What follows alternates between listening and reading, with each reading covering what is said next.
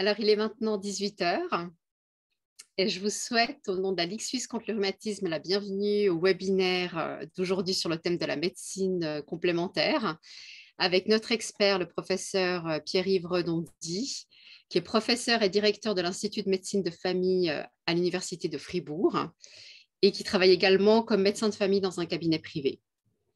Je suis moi-même Laurella Jacquard, responsable de la protection des données auprès de la Ligue suisse contre le rhumatisme. Et je vous remercie beaucoup pour votre intérêt sur ce sujet important qui est la médecine complémentaire.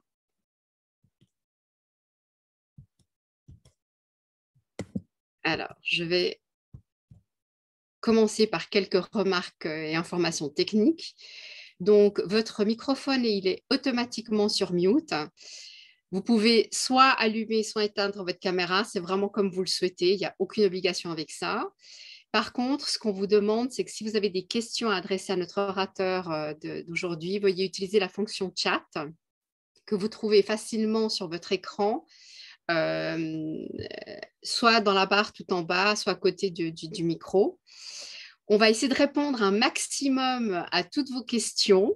Surtout en fin de séance. Et puis, on aimerait vraiment vous informer que ce webinaire est enregistré et que les diapositives seront disponibles sur notre site Internet après la conférence. Donc, le programme pour ce soir, après ces quelques informations techniques, où on aura la présentation du professeur Redondy, on aura une petite séance questions-réponses de 15 minutes. Et à 19 heures, on va lancer une toute petite enquête, très courte, simplement pour connaître votre degré de satisfaction sur ce webinaire, ce qui est très important pour nous. Donc, je vais maintenant passer la parole au professeur Redondy pour sa présentation. Merci, professeur. Merci beaucoup de l'invitation. Je crois que normalement, vous devriez voir la présentation. Si je ne me trompe pas d'un point de vue technique, c'est tout à fait bon. Ou ce qui est Pas encore, hein. On ne la elle n'est voit pas pas encore encore. visible. Non. Alors, je vais la rendre visible.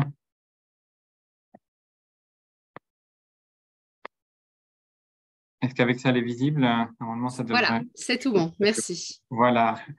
Bonjour à tous, c'est un plaisir de vous avoir aujourd'hui. Je ne sais pas très bien qui est en ligne, mais l'avantage, c'est que ça nous rappelle des bons vieux souvenirs du Covid. Donc, c'est un plaisir de participer à ce webinaire aujourd'hui. Le but, c'est de vous montrer quelques éléments par rapport aux médecines complémentaires et puis, bien sûr, comme ça a été dit avant, de répondre à vos questions en fin de présentation. C'est effectivement plus facile de répondre à toutes les questions à la fin plutôt qu'en cours de route quand on a ce mode de présentation. Alors, est-ce que j'arrive à passer à la dia suivante sans de problème? Voilà, on va y arriver. Donc, ce qui se passe par rapport aux médecines complémentaires, c'est que c'est un domaine assez particulier puisqu'au fond, on a beaucoup d'informations qui viennent pas seulement du corps médical. Quand on parle de médicaments, typiquement en rhumatologie, c'est notre médecin ou notre infirmier qui va nous informer, alors que pour les médecines complémentaires, on a de nombreuses sources d'informations qui se contredisent les unes les autres et qui rendent pas toujours facile le moyen de s'y retrouver par rapport à toutes ces informations qui sortent. Alors, c'est toujours la grande question de qu'est-ce que c'est que les médecines complémentaires. Je fais juste quelques introductions, mais je pense que c'est toujours important. C'est qu'en fait, il n'y a pas de définition claire de qu'est-ce qu'est une médecine complémentaire ou bien pas. Ce que j'aime, c'est la définition de l'OMS qui dit qu'au fond, c'est des pratiques de soins qui ne sont pas intégrées ou pas enseignées dans le système de santé dominant. Donc, très simplement dit, si vous faites de l'acupuncture en Chine et puis que vous dites que c'est une médecine complémentaire, ça ne passera pas forcément très bien parce que c'est une médecine qui est tout à fait intégrée dans ce pays, comme d'autres médecines, en médecine ayurvédique en Inde, alors que ici en Europe et notamment en Suisse, l'acupuncture est moins intégrée. Donc, il y a des différences suivant les régions du monde entre les différentes thérapies. Et puis, il y a des controverses. Est-ce que l'hypnose est une médecine complémentaire ou bien pas? C'est toujours des grandes questions. Je dirais ce qui est surtout important, c'est que c'est des thérapies souvent auxquelles notre médecin ne va pas forcément nous en parler spontanément, et puis sur lesquelles on doit essayer de trouver les meilleures informations, savoir si elles peuvent nous aider. Et puis un thème dont on va reparler en cours de route, mais c'est la question de la médecine intégrative, cette évolution qui s'est passée, c'est vers le fait que, en fait, on va essayer de donner aux patients ce qui est le mieux, au fait, et sans tenir compte de savoir si c'est une médecine conventionnelle ou complémentaire, on essaie de trouver ce qui est le mieux pour le patient. Et l'OMS a intégré cette notion de médecine intégrative. Je trouve assez intéressant de juste vous montrer l'évolution parce qu'il y a eu tellement de polémiques autour des médecines complémentaires. Je l'ai mis ici en anglais parce que ça remontre l'historique de manière claire sur les États-Unis puis qui montre assez bien comment les choses ont évolué aussi ici en Europe. En 1992, les États-Unis, sur une impulsion politique, introduisent un office des médecines alternatives. Donc, alternative, c'était vraiment pour montrer que c'était vraiment en dehors du système de santé puis qu'on ne savait pas très bien ce qui s'y passait.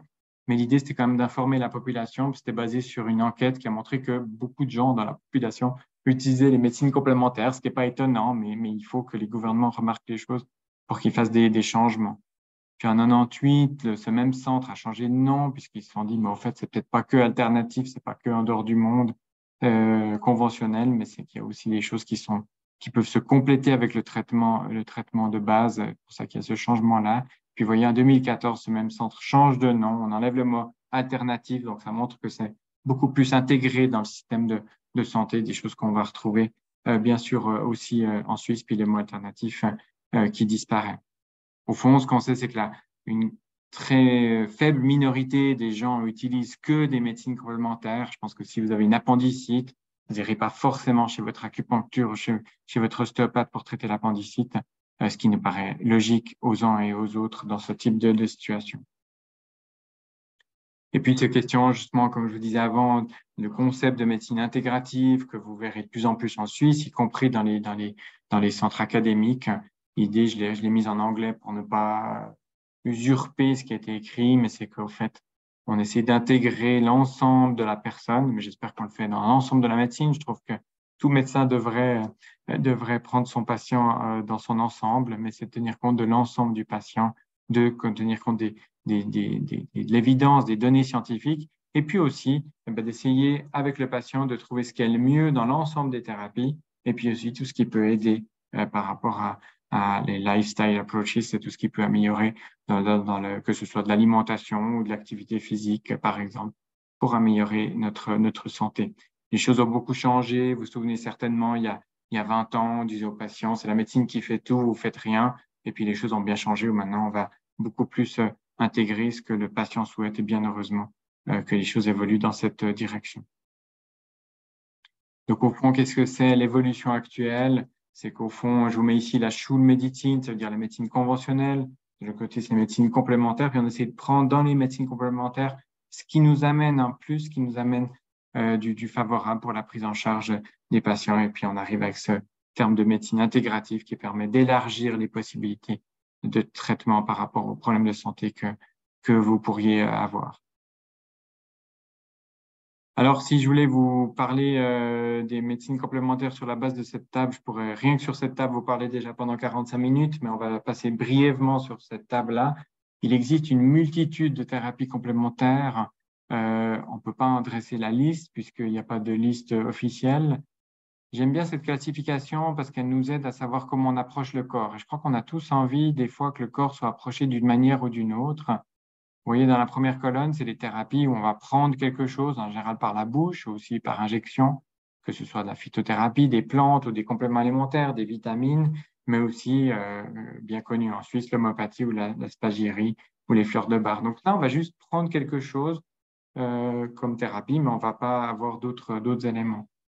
On a les systèmes médicaux complets, hein, qui est la deuxième colonne, où là, on a des thérapies qui vont avoir une réflexion sur le corps qui est plus large que juste de savoir est-ce qu'on a tel ou tel symptôme. Il y a aussi une approche plus philosophique, hein, qu'on trouve particulièrement, par exemple, dans la médecine anthroposophique, la médecine ayurvédique, médecine indienne. On va retrouver aussi différents éléments sur la philosophie de vie, sur l'homme dans son environnement. Et là, ça représente une vision différente des choses.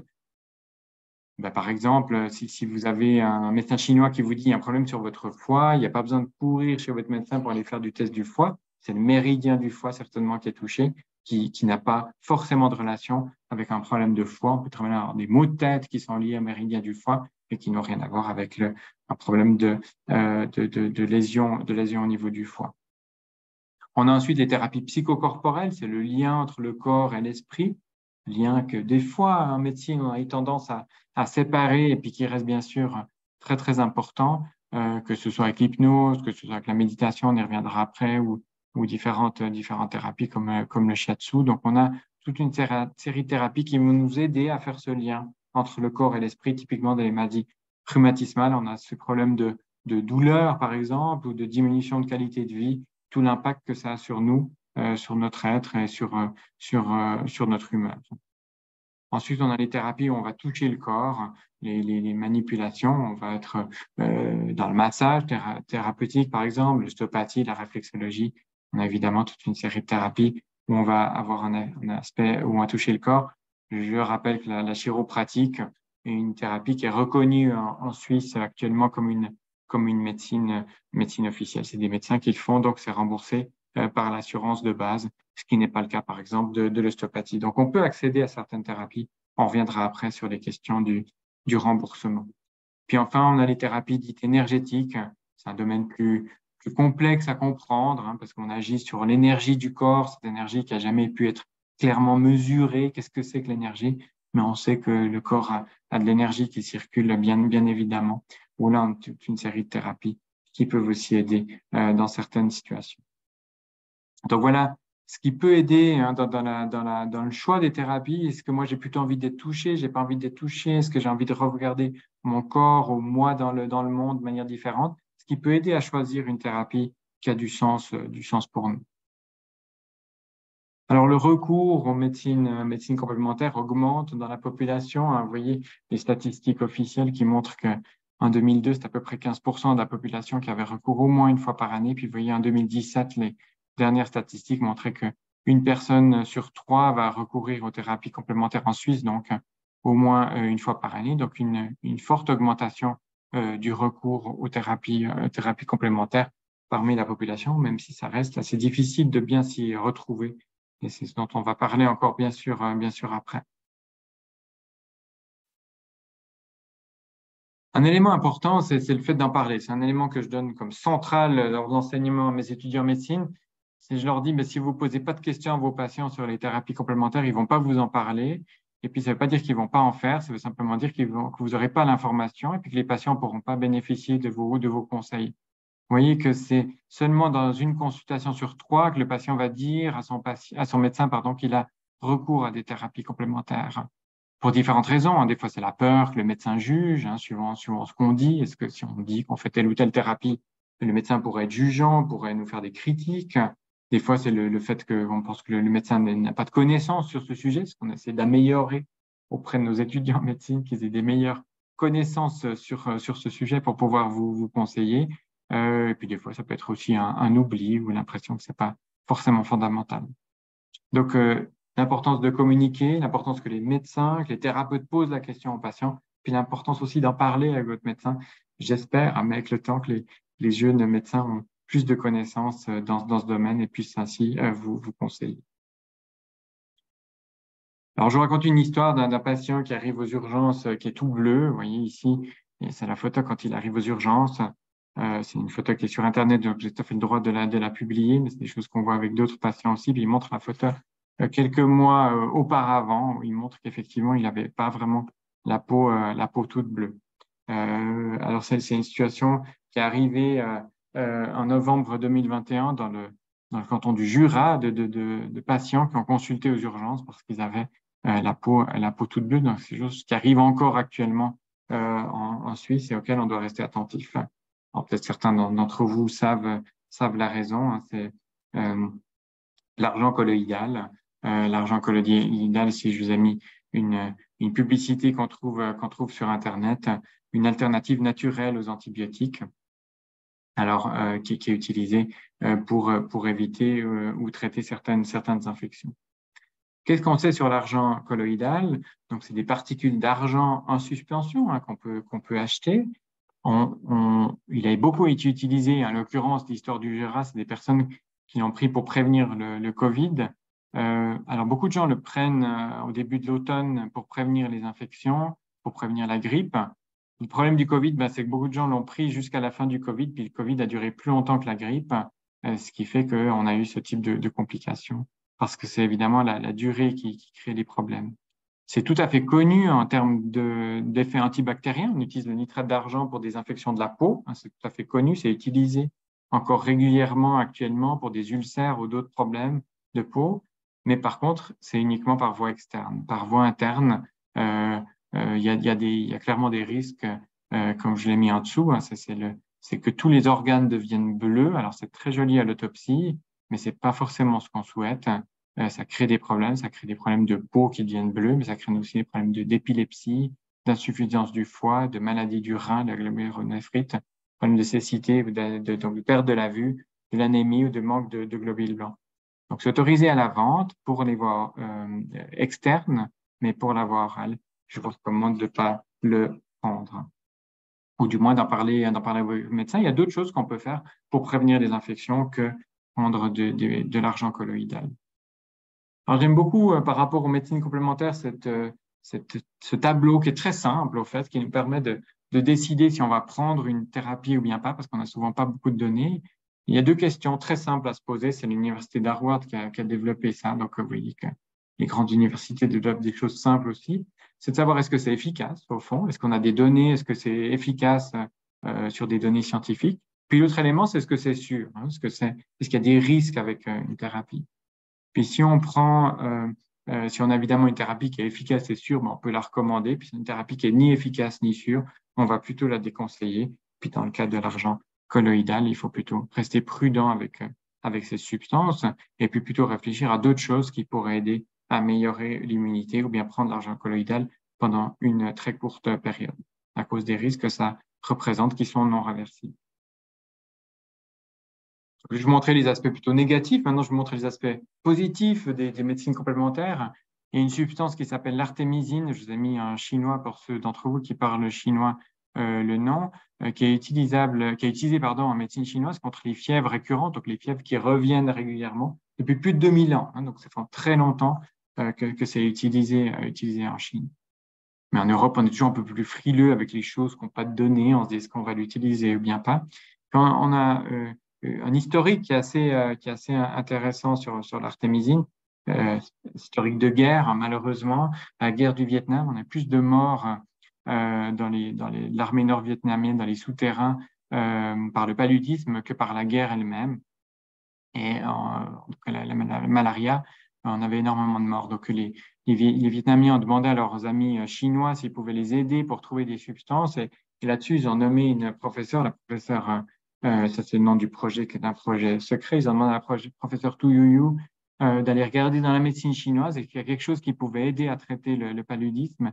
Elle a essayé énormément de substances de la médecine traditionnelle chinoise. Vous voyez, 2000 recettes qu'elle a regardées, qu'elle a testées sur des souris.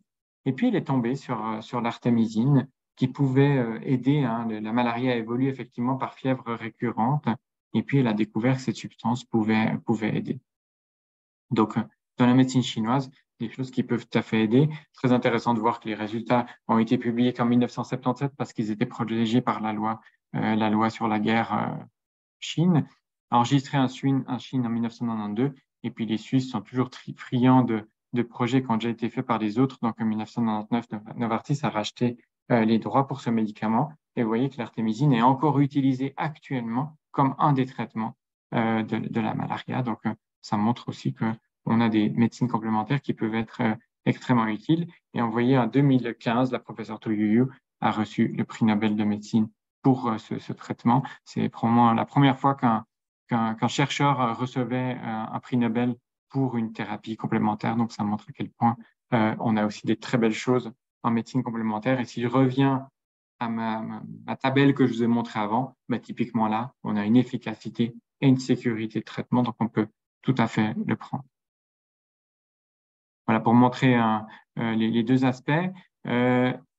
Lorsque j'étais en Chine, lors d'un de mes voyages pour discuter de ce qu'on pouvait amener ici en Europe, lors d'une visite d'une pharmacie, ils m'ont proposé un nouveau médicament que je vous présente ici. C'est un mille pattes. J'en ai un à mon cabinet si quelqu'un veut le manger avec moi. J'ai toujours trouvé personne pour le manger.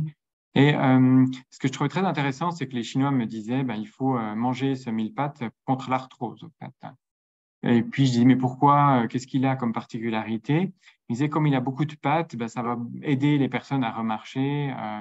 Donc moi, ça me fait un peu rire. Je me suis dit, ouais, ces Chinois, ils sont beaucoup dans le symbolisme. Donc je me suis dit, bon, voilà, c'est intéressant, mais moi, je me vois pas vraiment offrir de la soupe avec ce mille pattes à mes patients. Puis quand je suis revenu en Suisse, je me suis dit, je vais quand même faire quelques recherches sur ce mille pattes spécifiquement. Et de manière très intéressante, en fait, j'ai trouvé que ce mille pattes, spécifiquement, quelques années auparavant, ils avaient trouvé qu'il contient des antidouleurs vous voyez, qui sont plus efficaces que la morphine.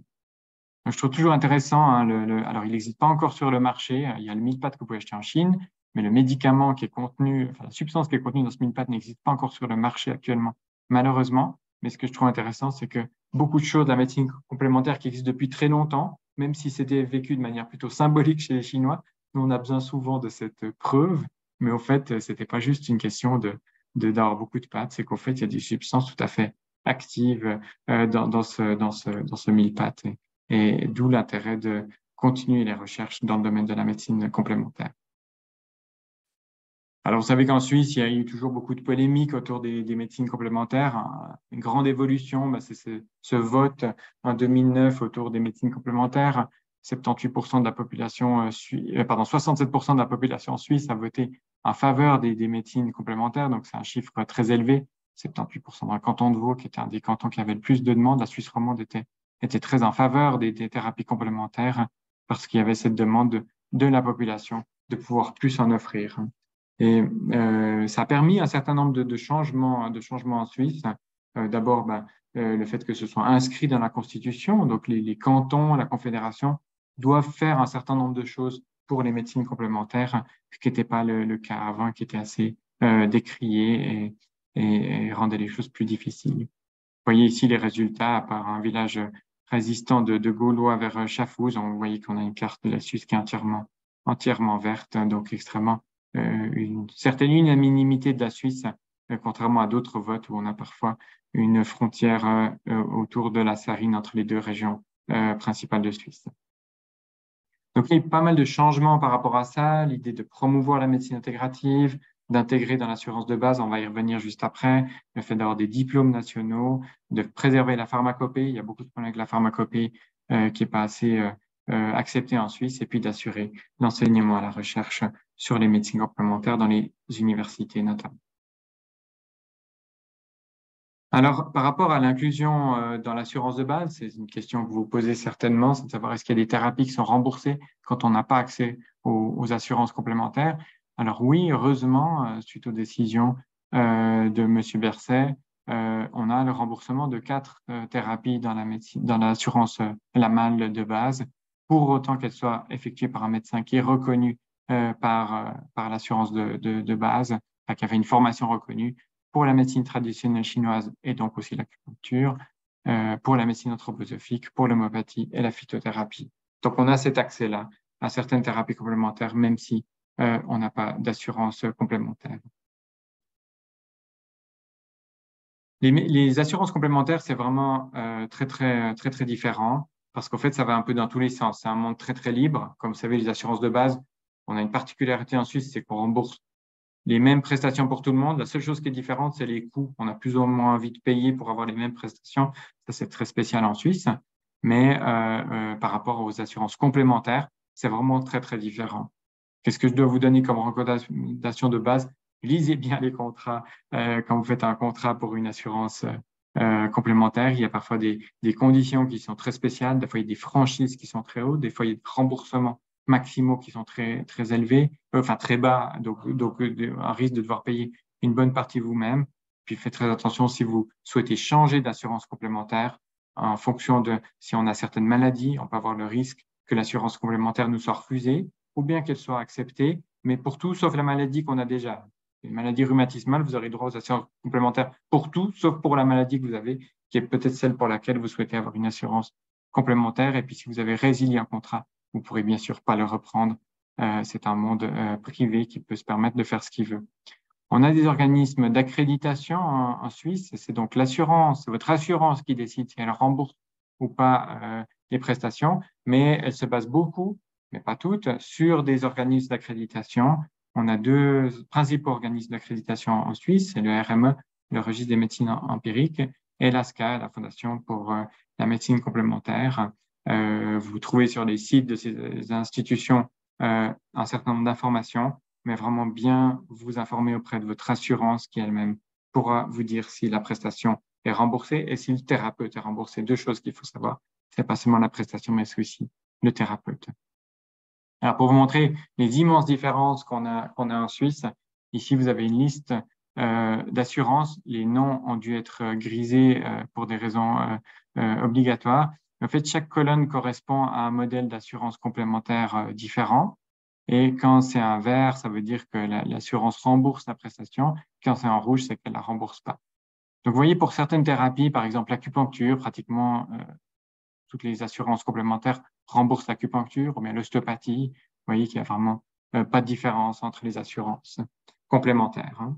Mais maintenant, si on va plus loin dans la liste, vous voyez par exemple le tai chi. Le tai chi, il n'y a que certaines assurances, hein, celles qui sont en verte, qui vont rembourser le tai chi, alors que d'autres vont pas les rembourser. La même chose pour le yoga, on verra après, il y a des bonnes données sur le yoga et le tai chi, et pourtant, c'est pas remboursé. Donc vraiment faire très, très attention.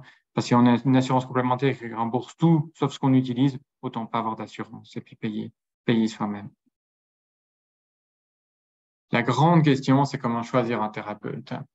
Au fond, ce qu'on dit souvent, c'est que qu'est-ce qui peut nous aider à choisir un thérapeute? Alors, c'est pas la qualité de la publicité, c'est pas la qualité du site internet que la personne fait, mais c'est surtout, il n'y a pas de données claires, mais ce qu'on aime bien dire, c'est que s'il réfute un bloc les thérapies conventionnelles, qui vous dit il faut arrêter tous vos traitements conventionnels, il faut peut-être se poser certaines questions. Ça peut arriver qu'il y ait d'autres thérapies qui nous soient proposées. Par exemple, on n'a plus envie de prendre des anti-inflammatoires, on a envie de prendre d'autres traitements. À ce moment-là, ça vaut la peine peut-être de se poser la question, mais de dire tout arrêter ou dire toutes les thérapies conventionnelles sont pas bien, c'est pas l'idéal. Le fait d'avoir une bonne formation, mais c'est pas évident pour vous, même pour nous, c'est pas évident de savoir si la personne est bien formée. Et puis, un thérapeute, par contre, qui connaît ses possibilités, ses limites. Si vous dites qu'il va vous guérir en 24 heures de tous les problèmes que vous avez de santé, alors faites attention, puis appelez-moi, parce que moi, ça m'intéresse beaucoup aussi, un thérapeute qui traite tous mes patients. Moi, je rêve d'en trouver un qui traite tout, mais c'est en général pas le cas. Et puis, qui définit des objectifs. Qu'est-ce qu'on veut atteindre? Qu'est-ce qu'on aimerait atteindre avec un traitement? Quels sont les problèmes de santé qu'on aimerait améliorer? Puis, au fond, la meilleure publicité, ben, c'est d'avoir le bouche à oreille plus que les sites Internet. On pourra y revenir après dans les questions, bien sûr, si on a. Maintenant, par rapport à certains problèmes de certaines maladies rhumatismales, je me parle ici des maux de dos parce qu'il y a des bonnes avancées par rapport aux maux de dos et les médecines complémentaires qui ont évolué au cours des dernières années. Alors évidemment, première chose, c'est l'activité physique. C'est pas une médecine complémentaire en soi, mais c'est juste de rester actif. Et c'est quelque chose d'important. Rappeler que non seulement ça permet de diminuer l'intensité de la douleur, mais ça permet aussi de diminuer la capacité, enfin d'avoir plus de possibilités de faire des choses. Et puis la troisième ligne, je pense que c'est important, si on fait peu d'activité physique, on va commencer à créer d'autres maladies, ce qu'on appelle des comorbidités. On peut commencer à avoir un surpoids, ensuite du diabète, enfin d'autres choses. Donc toujours savoir que l'activité physique est importante. Bien évidemment, quand on a mal, c'est toujours plus difficile de bouger, mais juste pas oublier cet aspect-là qui peut vraiment nous aider à rajouter des problèmes. Si on a des douleurs partout, puis qu'en plus on a un surpoids, ça va augmenter les douleurs. Puis de pouvoir se faire accompagner par rapport à ça, c'est évidemment important. Juste vous rappeler que justement cette activité physique est quelque chose d'important. J'aime bien toujours montrer cette image parce que on peut se déplacer dans la vie de tous les jours. Hein. C'est des fois de sortir juste un arrêt de bus avant. J'ai une de mes patientes qui me dit qu'elle aime beaucoup aller dans tel fitness parce qu'elle peut parquer avec sa voiture juste devant. Je trouve que c'est bien, mais en fait on a la chance d'avoir un beau pays et puis on peut aller se promener, on peut aller marcher et puis simplement aussi dans la vie de tous les jours faire certaines activités qui nous font du bien et qui sont régénérante pour le corps. J'aime bien photographier les escaliers en Suisse. Et j'aimerais rappeler que la partie que vous voyez sur la gauche, qui s'appelle des escaliers, c'est autorisé de monter, c'est autorisé de descendre sur cette partie-là. Ça peut même faire du bien au corps. Puis en plus, il y a moins de monde. Ça, c'est une photo que j'ai prise dans une gare en Suisse. Et ça, je pense que c'est important de ne pas oublier ça. Qu'est-ce qu'on a comme thérapie qui peuvent aider? Ici, je vous ai mis un masseur. Je peux vous donner son nom si jamais, qui est très, très utile pour les patients qui ont des douleurs. Le massage, c'est quelque chose de vraiment très, très bien. C'est quelque chose qui s'est un peu perdu en médecine, euh, mais qui peut vraiment beaucoup aider. On a beaucoup de masseurs qui se sont maintenant formés plus spécifiquement à certaines douleurs, donc ils vont être attentifs aux douleurs que vous avez, mais qui peuvent vraiment, vraiment beaucoup aider par rapport aux douleurs. Donc, on a des bonnes données sur l'efficacité du massage thérapeutique par rapport aux douleurs typiquement chroniques. Puis d'autres thérapies où là, je pense qu'il y a vraiment pas assez qu'elles n'ont pas assez de place actuellement en Suisse, comme je vous ai montré avant, hein, c'est pas remboursé par le système de santé. On a les ligues, alors la Ligue contre le rhumatisme qui fait beaucoup de thérapies en groupe, hein, où on a typiquement le yoga, des choses que je vous recommande. Vous voyez, je vous ai montré ici sur les données scientifiques pour dire que c'est pas juste que ça fait du bien. Si vous voyez ces données scientifiques, il faut regarder le petit losange noir qui est en bas. Vous voyez sur l'intensité de la douleur sur le côté gauche. Le yoga est meilleur que des thérapies simples, juste de mouvement. Donc, on a un bon effet spécifique du yoga. Puis sur la fonction, donc la capacité à bouger le corps, on a aussi des bonnes données. Donc, on a une efficacité de faire du yoga. Donc, je vous encourage à faire du yoga, soit tout seul, soit en groupe. Je vous encourage plutôt à faire du groupe que de faire du yoga avec YouTube. Je pense que c'est plus sympathique. Ça permet de faire les justes gestes. Et puis après, on peut en faire soi-même, mais il faut déjà avoir bien appris. En plus de faire un groupe, c'est quelque chose de plus stimulant. Donc, on a une bonne donnée sur le yoga. Je vous montre ici aussi, il y a le yoga, parce que je trouve que cette étude est intéressante. Juste vous montrer la troisième ligne, c'est que les patients qui font du yoga dans cette étude ont pu même diminuer leurs médicaments antidouleurs par rapport aux patients qui faisaient d'autres thérapies que le yoga. Donc c'est des choses qui sont utiles par rapport de nouveau à la douleur et sur la fonction, donc sur l'intensité, sur la capacité à bouger, l'intensité de la douleur dans la vie de tous les jours. Donc, on a des bonnes données avec des bonnes études, des bonnes données scientifiques. Alors, si je vous dis yoga, vous allez vous dire, bah, c'est peut-être ça qu'il faudrait que je fasse. Alors, moi, j'ai mal au dos, j'ai une polyarthrite rhumatoïde. Vous allez me dire comment je peux faire ça. Alors, d'abord, si moi, vous me demandez de faire ça, je vais jamais oser parce que je vais faire plus d'accidents qu'autre chose. Mais il faut savoir que le yoga, on a des thérapies par le yoga qui sont adaptées maintenant. Alors, ça, vous trouverez moins sur les sites Internet, mais il y a énormément de thérapies par groupe pour des gens spécialement formés pour le yoga, pour des personnes qui ont des douleurs. On peut faire du yoga assis, on peut faire du yoga sans trop bouger, mais qui est déjà quelque chose de très utile pour la santé. Donc, on a des thérapeutes de yoga qui sont bien formés à ça de nos jours, ce qui n'était pas le cas il y a une dizaine d'années.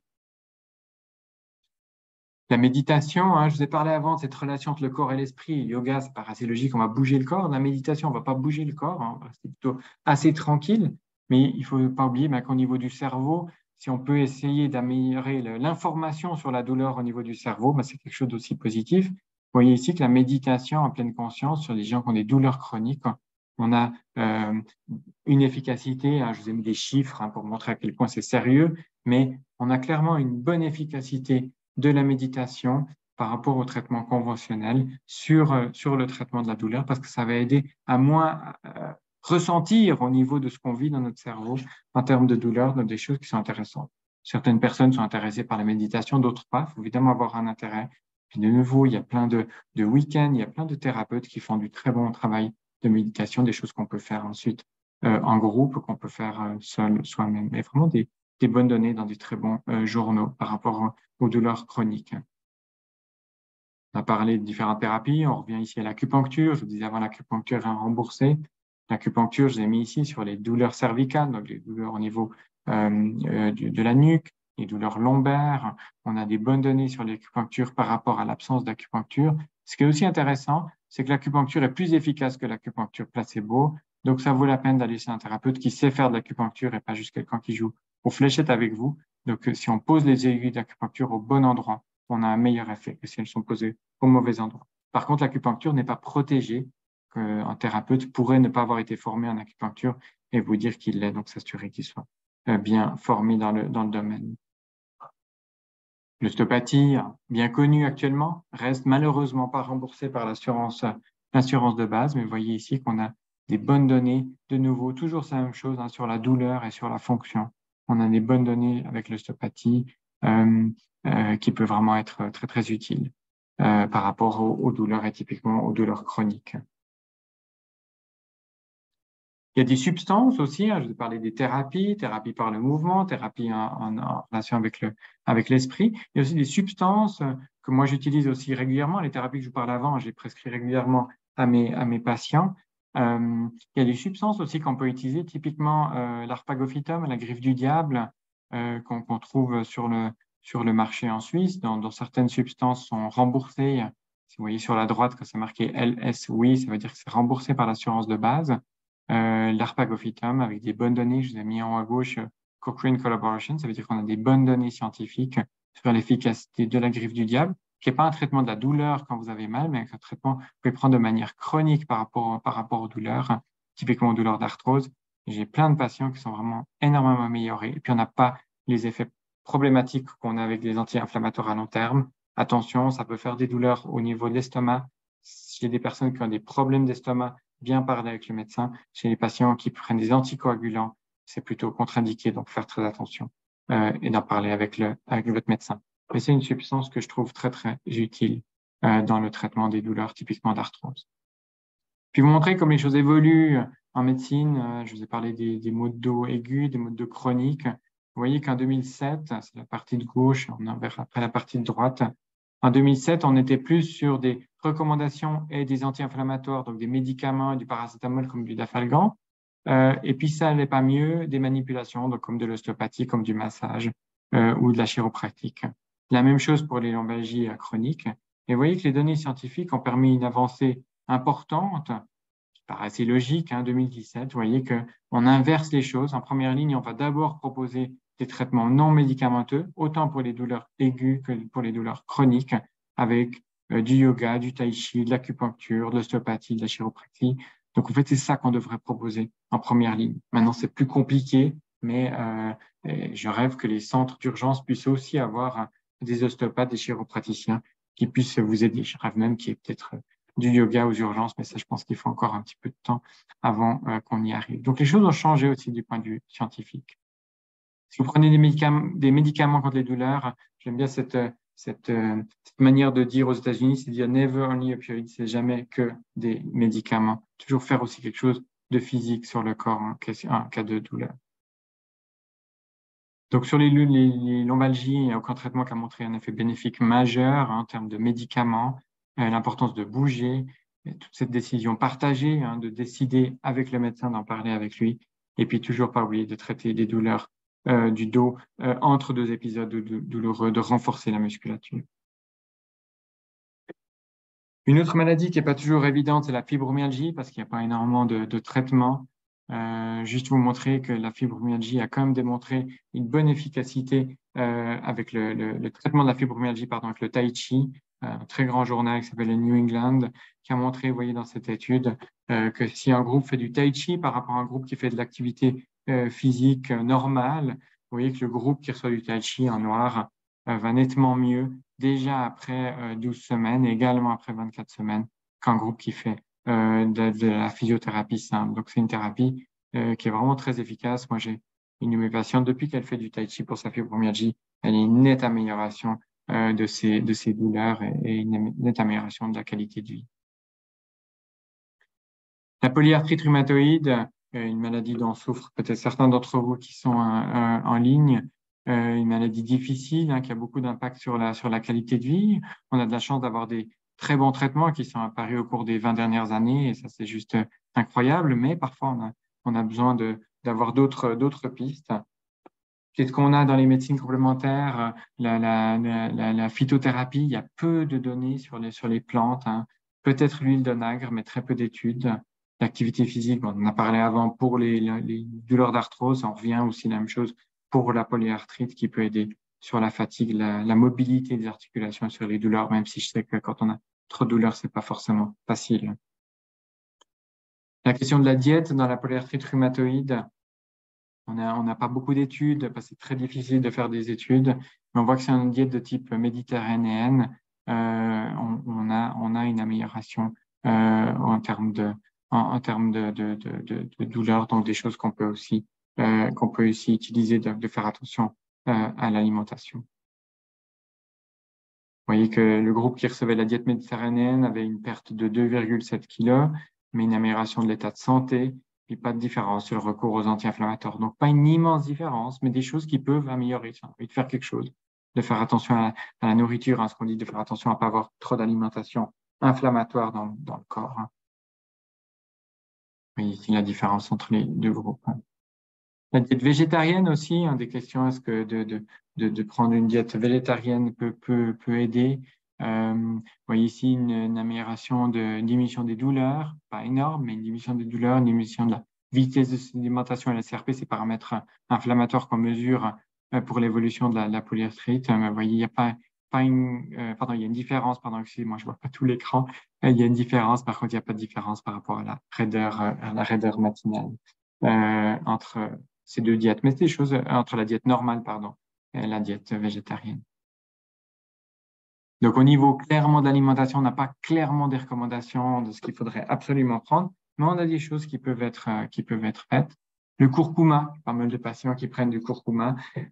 Actuellement, d'un point de vue scientifique, on ne sait pas exactement si c'est efficace. Moi, je vous encourage à mettre du curry dans l'alimentation parce que c'est très bon, mais de prendre des comprimés de curcuma.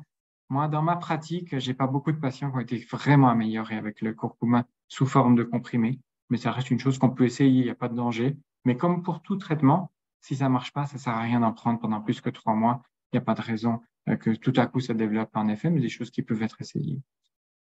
Huile de poisson, on a une étude, vraiment très peu d'études aussi, hein, très peu d'études sur la polyarthrite rhumatoïde, qu'on a eu de prendre de l'huile de poisson en plus de méthotrexate, montrer une meilleure amélioration que le groupe qui prenait que du méthotrexate. Donc, une chose qu'on peut éventuellement essayer en plus des traitements standards de la polyarthrite rhumatoïde. Je mets ici les dosages de l'EPA, du DHA dans cette étude qui vous permettent si vous souhaitez essayer, toujours en parler avec votre médecin, s'assurer qu'il n'y a pas de contre-indication, mais des choses qui peuvent être essayées.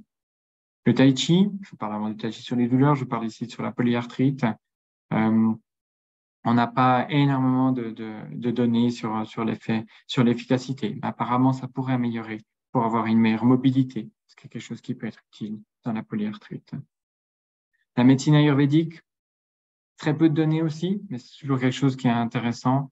Mais on a quand même eu une jolie étude, mais vous voyez, 2011, il n'y a pas eu de nouvelles études depuis, malheureusement, il y a très peu de recherches. Toute une série de médecines complémentaires. Il manque d'argent, malheureusement, et de volonté pour ce type de recherche. Mais vous voyez dans cette étude que les groupes qui ont reçu le traitement standard et le groupe qui a reçu de la médecine ayurvédique, il y a une amélioration aussi importante dans les deux groupes. Ça peut être quelque chose d'intéressant, mais toujours en parler avec le médecin et voir si ça a du sens, et puis évidemment trouver un bon thérapeute qui sait bien utiliser ce type de thérapie. J'ai évidemment pas pu parler de tout ce qui existe comme thérapie. Moi, je me suis formé aux États-Unis en médecine complémentaire et notamment à la clinique Mayo. On a traduit ce livre qui existait qu'en anglais, mais on l'a traduit en français. Mon but, c'était qu'il puisse être accessible à tous. Un livre que vous pouvez trouver assez facilement, qui vous donne toute une série de recommandations, toute une série de choses que j'ai pas pu parler aujourd'hui, qui est très facile à lire. Je vous montre ici une page. Vous voyez, on a mis un descriptif de certaines thérapies avec des petites couleurs, vert, orange ou rouge, en fonction si vous pouvez si on vous les recommande ou bien pas. Et puis toute une série sur la partie de droite. Quelles indications, dans quelle situation il y a des bonnes données scientifiques et que vous pourriez l'utiliser. Et c'est bien spécifié s'il y a des risques ou bien pas. Ce que je voulais vous montrer, voilà, c'était la question moi, ce qui m'intéresse en médecine complémentaire, c'est cet élargissement des possibilités. Si vous voulez planter une vis avec un marteau, vous n'allez pas vous en sortir. Donc, c'est vraiment d'avoir une boîte à outils large dans ce qui est possible d'utiliser en médecine. Mais c'est tout l'intérêt des médecines complémentaires. Bien sûr qu'il y a besoin de plus informer les médecins, d'avoir plus d'accès aux thérapies qui peuvent vous aider de manière à ce que tout un chacun puisse avoir accès aux thérapies qui peuvent faire du bien. Je suis normalement dans les temps, il me reste 1 minute, donc normalement ça joue.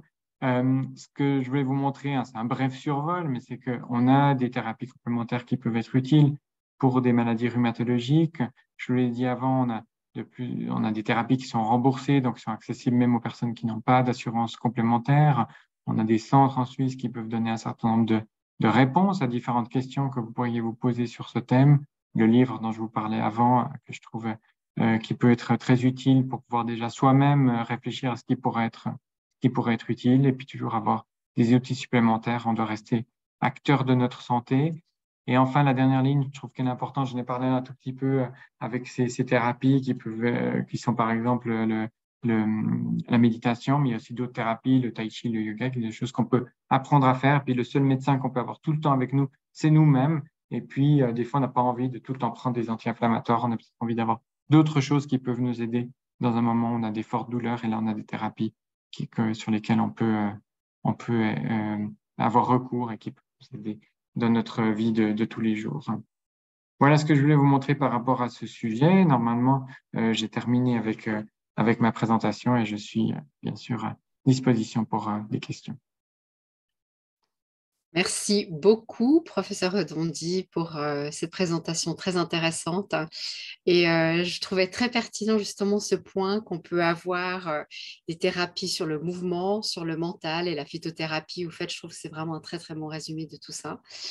Et on va regarder les questions qui sont maintenant sur le chat. Alors, je vous propose qu'on prenne la première. Est-ce qu'on a des retours d'études sur l'impact du Covid-19, patients qui ont eu le Covid et la polyarthrite rhumatoïde? Alors, je tiens d'abord à dire que je ne suis pas rhumatologue, donc je ne vais pas réussir à vous répondre à toutes les questions, ces questions hyper spécifiques. D'après les données, on s'attendait à ce que les personnes avec une polyarthrite sous médicaments fassent plus de complications du Covid, ce qui n'a pas été clairement le cas, donc c'était plutôt assez rassurant. Moi, j'ai pas d'informations comme quoi le Covid aurait aggravé la polyarthrite rhumatoïde. C'est la seule chose que je peux vous dire, mais ça reste très spécifique à la rhumatologie. D'accord, merci. Et puis, on a une autre question sur une dame qui dit, j'ai la même question pour la spondyloarthrite. Mes douleurs se sont calmées pendant 4 ans grâce au tai chi, au kwai kang et à la méditation en pleine conscience. Mais depuis que j'ai eu le Covid, toutes les douleurs sont revenues. Oui, alors, comme vous savez, le Covid a créé une certaine tempête dans le monde, mais aussi une tempête inflammatoire dans notre corps. Il y a beaucoup de personnes qui souffrent de ce qu'on appelle le Covid long. On a clairement des données pour dire qu'il y a toute une série de personnes qui souffrent d'un certain nombre de symptômes. Du point de vue, des mécanismes d'action, je ne pourrais pas vous répondre de manière précise de ce qu'on sait exactement aux dernières données actuelles parce qu'il y a trop de recherches pour arriver à les suivre. Mais ce qu'on sait, c'est qu'on a bien heureusement toute une série de symptômes qui peuvent s'atténuer avec le temps. Ces Covid longs sont quand même tendance, un certain nombre, chez un certain nombre de personnes, ont tendance à s'atténuer avec le temps. Donc, si je devais dire quelque chose, c'est super que vous ayez eu cette amélioration avec tous les traitements que vous avez faits. Et puis, l'impression que tout à coup, il y a tout qui recommence peut être assez frustrante, mais ça vaut vraiment la peine de se remettre dedans, de reprendre. J'ai pas de données sur qu'est-ce qui pourrait aider par rapport à ça, mais ça peut être peut-être l'occasion de se dire est-ce que j'essaye une autre thérapie qui peut aider par rapport à l'inflammation, par exemple l'acupuncture ou d'autres choses qui peuvent peut-être aborder le corps de manière un peu différente et ainsi pouvoir reprendre, s'améliorer par rapport à la douleur. Merci. On a une autre question. Est-ce que par l'analyse de l'ADN, on pourrait savoir quel aliment on peut ou pas manger et qui pourrait avoir un impact sur la polyarthrite rhumatoïde? Alors, moi, j'ai pas de connaissances par rapport à ça, que ça puisse clairement aider. Moi, j'ai pas mal étudié les analyses qu'on peut faire, par exemple, les analyses de cheveux. Vous pouvez regarder les bon entendeur qu'on a fait sur ce sujet-là par rapport aux carences qu'on pourrait avoir dans le corps en termes de nutriments, des choses qui sont intéressantes. En soi, je trouve que c'est intéressant. Moi, ça m'aurait bien plu qu'on puisse faire ça. Mais dans l'étude qu'on avait faite avec un bon entendeur, on avait envoyé les mêmes cheveux à 3 laboratoires en Suisse. On avait 3 résultats différents. Avec les mêmes cheveux, on avait chez la même personne une carence, chez la même personne un taux normal, puis chez la même personne un taux trop élevé, donc des recommandations différentes. Donc, ça montre à quel point, malheureusement, les analyses de cheveux ne sont pas utilisables actuellement. Par rapport, il y a aussi des analyses de laboratoire de prise de sang qu'on peut faire pour savoir si on a certaines intolérances, des choses qui se font en Suisse. Pour le moment, de ce que j'ai lu et puis mes expériences avec les patients, où là, on peut vraiment vous dire quels sont les aliments que vous pourriez bien supporter ou pas bien supporter. Pour le moment, de ce que j'ai vu comme données, de ce que j'ai testé chez mes patients, j'ai pas trouvé qu'il y avait une grande différence. Alors, on n'est pas dans l'ADN, donc c'est pas exactement dans la question qui est posée, mais des analyses où on teste les immunoglobulines tournées vers toute une série d'aliments. Moi, je trouve dans ma pratique, parce que moi, je me base pas seulement sur les données scientifiques, mais aussi ce que je vis avec mes patients. J'ai pas trouvé, j'ai des patients, clairement, on leur dit, voilà, vous avez des brocolis auxquels vous êtes intolérant, puis on arrête les brocolis, puis malheureusement, j'ai jamais vu encore de patients chez qui ça a été clairement amélioré. Ça reste une option à tester. Au niveau de l'ADN, on va encore plus loin. Moi, j'ai pas de connaissance que ça puisse clairement aider. Alors, on parle beaucoup de tout ce que la génétique pourrait nous amener, mais on a aussi beaucoup de choses dans l'environnement qui peuvent nous amener du bénéfice. Peut-être par rapport à la question de l'inflammation, on a parlé un tout petit peu avant, puis ça peut avoir un intérêt dans les discussions. Comme je vous ai mis, d'un point de vue purement scientifique, c'est très controversé. Est-ce qu'un régime anti-inflammatoire peut clairement aider par rapport à un régime un peu plus pro-inflammatoire? Donc, si on prend par exemple plus de viande ou plus par exemple de gluten. Moi, ce que j'aime bien faire avec mes patients, c'est vraiment essayer. En fait, j'ai clairement des patients qui ont énormément baissé le gluten ou arrêté le gluten et puis qui vont beaucoup mieux avec leur douleur. On sait qu'il n'y a pas de données claires au niveau scientifique, mais moi, j'ai clairement des patients qui vont mieux avec ça. Donc, c'est des choses qui peuvent être essayées.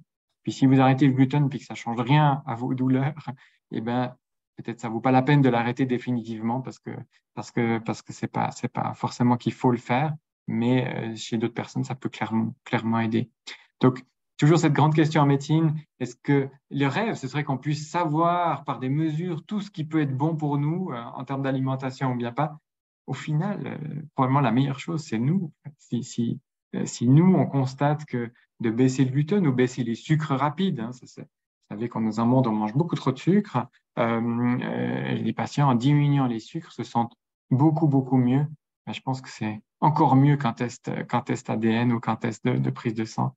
Donc, faire ces essais et puis tous les légumes à branches, hein, que ce soit les brocolis ou les choux-fleurs, des choses qui sont anti-inflammatoires, qui peuvent aider. De nouveau, il n'y a pas besoin forcément de manger des choux-fleurs matin, midi et soir, mais de pousser vers ces aliments, des choses qui peuvent aider et puis qui peuvent ne pas aider. Ça reste très individuel et je pense que c'est ça qui est génial en médecine, c'est qu'on peut faire essayer un certain nombre de choses soi-même. Alors, on vient d'avoir encore une question puis un joli commentaire. Je vous remercie pour votre réponse bienveillante.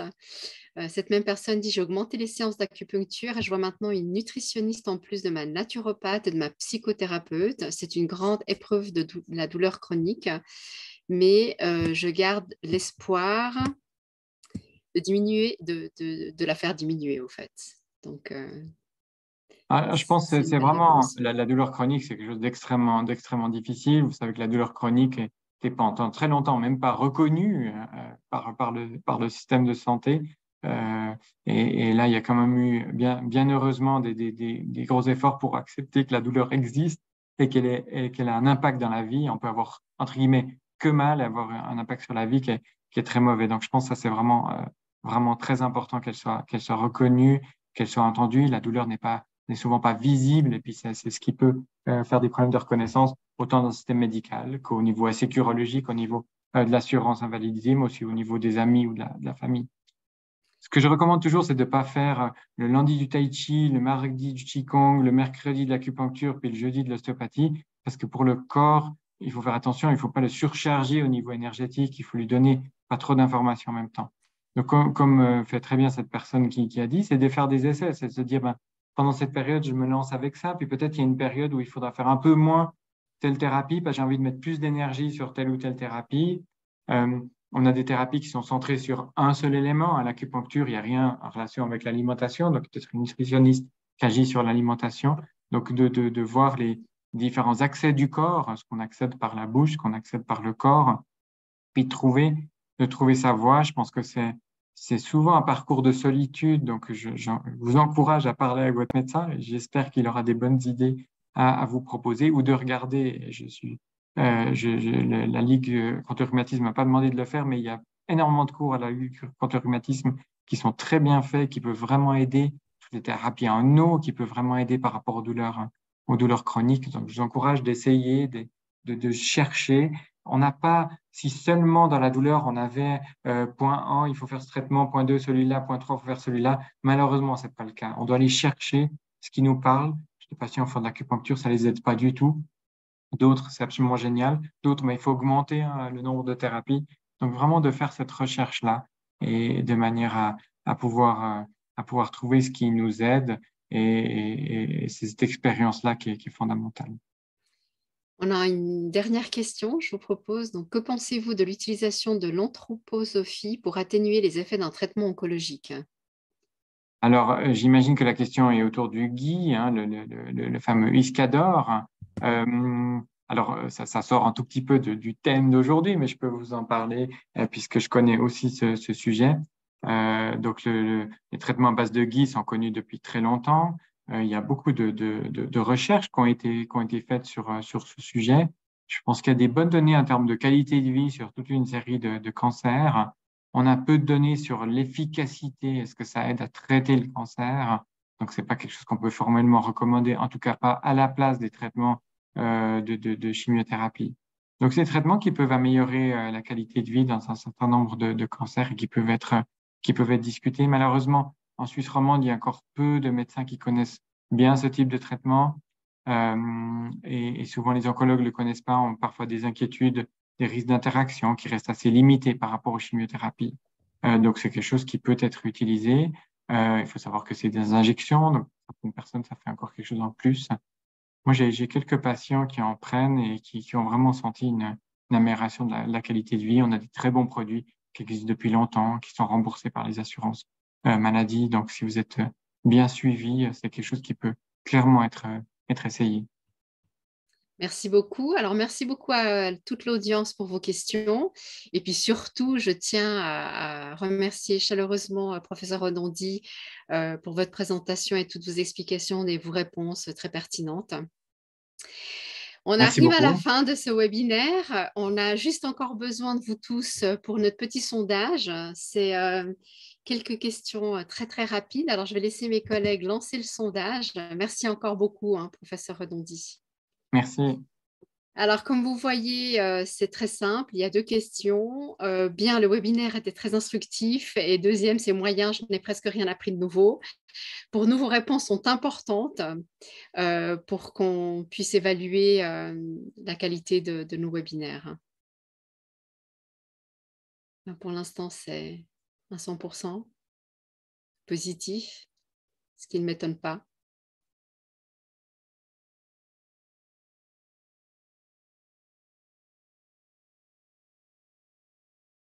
Voilà. Donc, on arrive au résultat. On a 78% de bien, le webinaire était très instructif. Donc, merci encore, professeur Redondi. Merci à vous tous. Et au nom de la Ligue Suisse contre le rhumatisme, je vous souhaite à tous un très, très bel été. Merci et bonne soirée. Merci beaucoup. Bonne Au soirée. Au revoir. revoir.